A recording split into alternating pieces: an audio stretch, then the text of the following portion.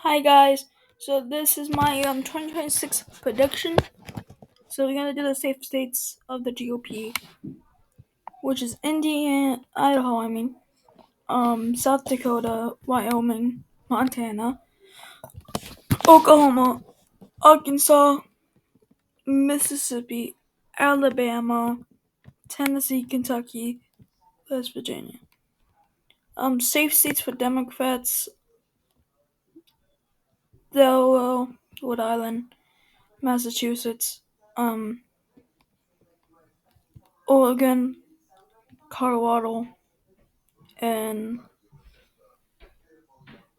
New Jersey's iffy, but I'm gonna say because New Jersey is like iffy, it's Errol Dole, who is a governor candidate, independent, but it's all saying solid Dem. So I believe it. Let's start off with some likely states. Let's start off with Louisiana.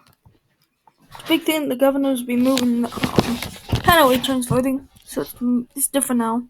But Bill Cassidy is facing a lot of primary challenges because he's not very pro-Trump, which could face him in shoveling party. And if John Bell Edwards won, he can make the race competitive. I'm putting it as safe. I know I should have put it likely, like I said, but it's iffy. Kansas, Joe Marshall is probably gonna win the incumbent senator, and they don't really have any. The most likely candidate is a candidate for this, which I think is going to be likely because of the trends of the state. Oh, slowly but surely. Wait, I got to put this as safe. But slowly but surely, putting more likely. So it's trending. Let's go to the likely. Wait, I almost forgot about South Carolina. So South Carolina has Paul Dance for the Republicans versus Lindsey Graham. We have the Trump endorsement, so he's projected to win. He's not getting 50%, but I don't think Joe Walsh might win, who an anti-Trump will win against them in 2020. They end up good. A lot of these candidates are not good candidates. Plus, independents might have a former Democrat one, and if he wins, we could actually see it more lean because of the weird voting with split voting. But it's likely now, but it could go more and more. But likely Democrat states: New Mexico, the incumbent senator versus no Republican has been nominated. It's just basically it should be safe, but it's more likely because it could go anyway with any announcement. But if no GOP ones, it's solid. Illinois, Democrats are gonna have a competitive primary, but it's probably Raja. Don Tracy, the only big Republican and candidate for the same thing to get the nominee. But he's a Illinois gaming club in the Republican Party. You could have a former Democrat one, but he's a pardoned felon. If you have this, you could have Tom Demmel, which in the state in 2022, he pulled up a made the race competitive. You could see he probably might win, but I'm saying if he wins, you could see a competitive election, like lean if he wins, but it would probably actually be safe. But he might get traction because he was a governor and U.S. representative. But Tom Demmel also makes the state close, so it's likely.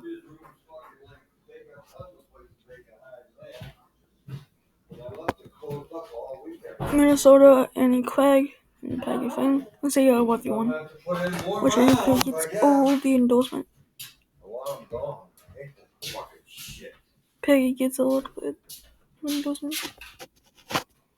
I expect that she will win, but again, this is quarter two. She's raising 2 million, 1 million. Whereas Rice is expected to win again. which Michael Lindell gave the endorsement to him. A lot of them are saying lean. One is a Democrat Yale, and I don't think Minnesota's gonna shift that much. It did shift in 2024. You have to think about this. It's crazy to think, oh, well, it shift, so, yeah, we got basically no more likely states. Let's go to lean states. Lean, oh wait, I forgot. Texas and Florida. I am so dumb. Sorry. I'm gonna do Texas. Competitive primary, a lot of people wanting. Nick Perry gave the endorsement, there's no Trump endorsement yet. It's basically 50-50. But with all this, it shows a closer race if Ken Paxton is the nominee compared to him.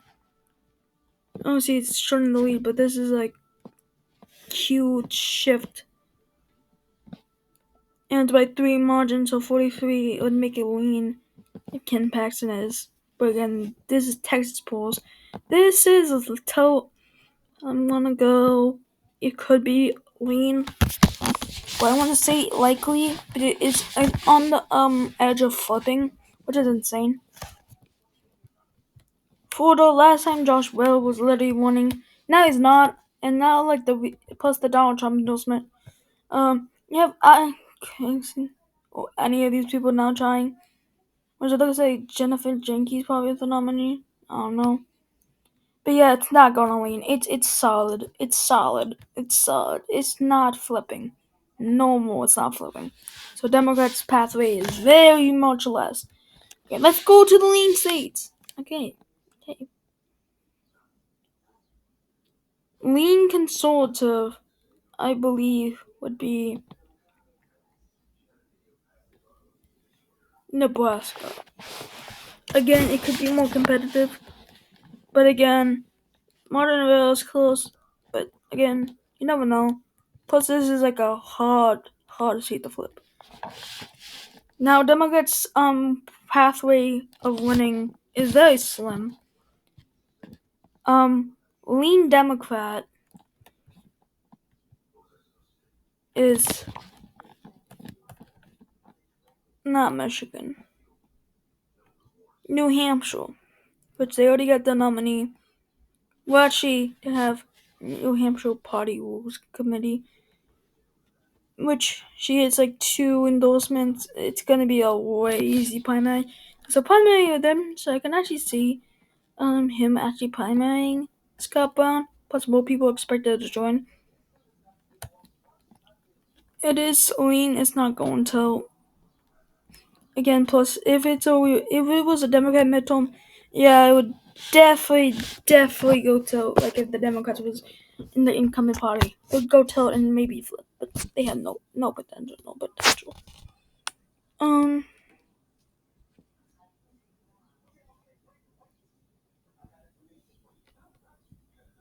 North Carolina. I know a lot of people are gonna get angry that I put it as mean, but again, you have to think. Michael Valley barely has enough endorsements. Plus, he's probably gonna face competitive primary with James Conn, these people. So it's 1, 2, 3, 4, 5, and it could also be 6, 7. 7 people running in the primary. He has to worry about that. While Roy Cooper is probably only facing 1 primary challenge, and Don Davis is probably not winning. And he has basically all the endorsements to basically put him as a nominee. And plus, polls will even show that he's still at the same thing. He's not going down. It's not an improvement. It's a de-improvement for Michael Wiley. So this could go even likely if Michael Wiley campaign falls.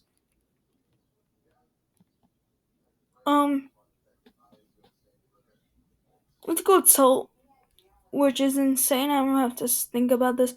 Tilt. A lot of these are tilt the last 6. So let's go to Michigan. No, not Ohio. Michigan. A 3-way primary is expected to go Harry Stevens.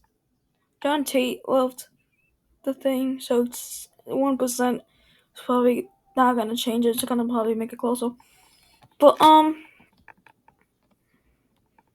Mike Rojo is probably winning again. But again, he is more of a political type, old timey. It's not even a Trumple. Basically, he's like an old time. Yes, Trump gave the endorsement, but again, states hate him. He barely won because of Trump. It could go even worse, but again, it's not a lot because the Democrat nominees are dog waddle.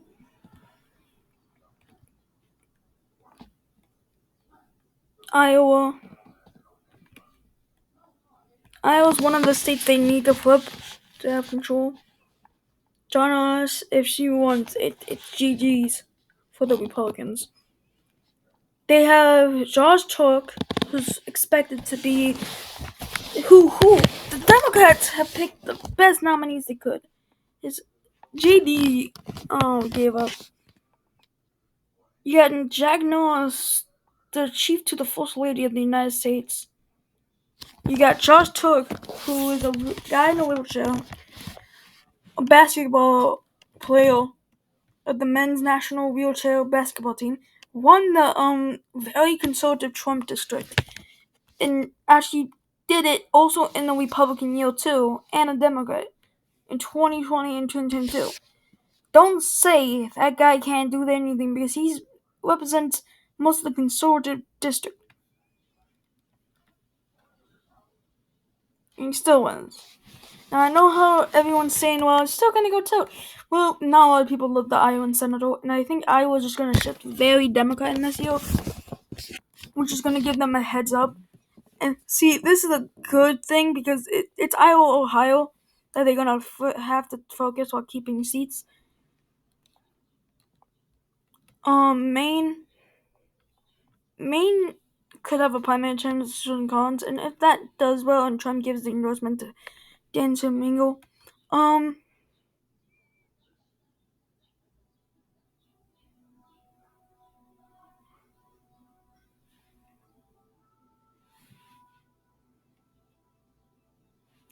like if she faces two primary, Trump gives the endorsement to Dan. This would be like a very bad thing, but she voted against the bill that he said he would give the endorsement to people, support people who voted for the bill. She didn't. So Dan is probably going to get the endorsement. And if he does, he's probably going to win the primary. Or it'll come close to winning. And these Janet Mills is most likely the one. And with that, I just believe Tilt or even more than that. But I think Tilt right now.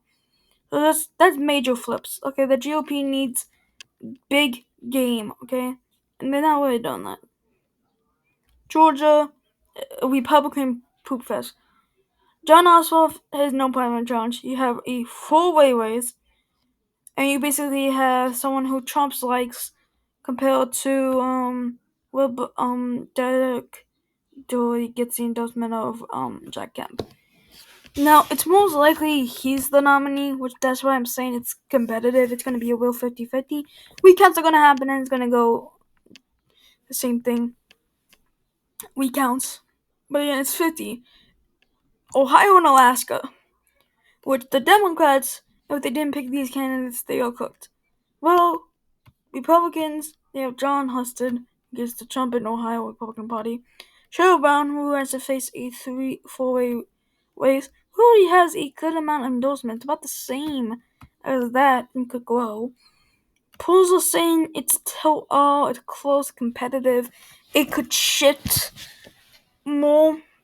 But again, you have to say this state is going to be on the chopping block. And if they do well enough, they could win the state and actually win it. But I still think they don't because Sherrod Brown he got kicked out last time. And I think a lot of people don't like him. Alaska.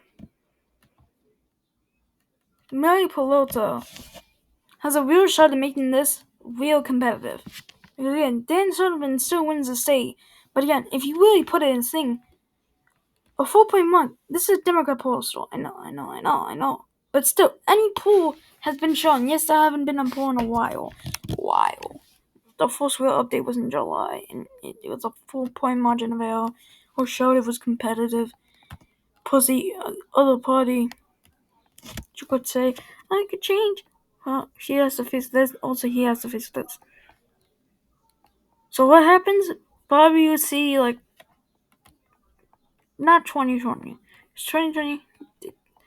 They picked that girls, but they put this.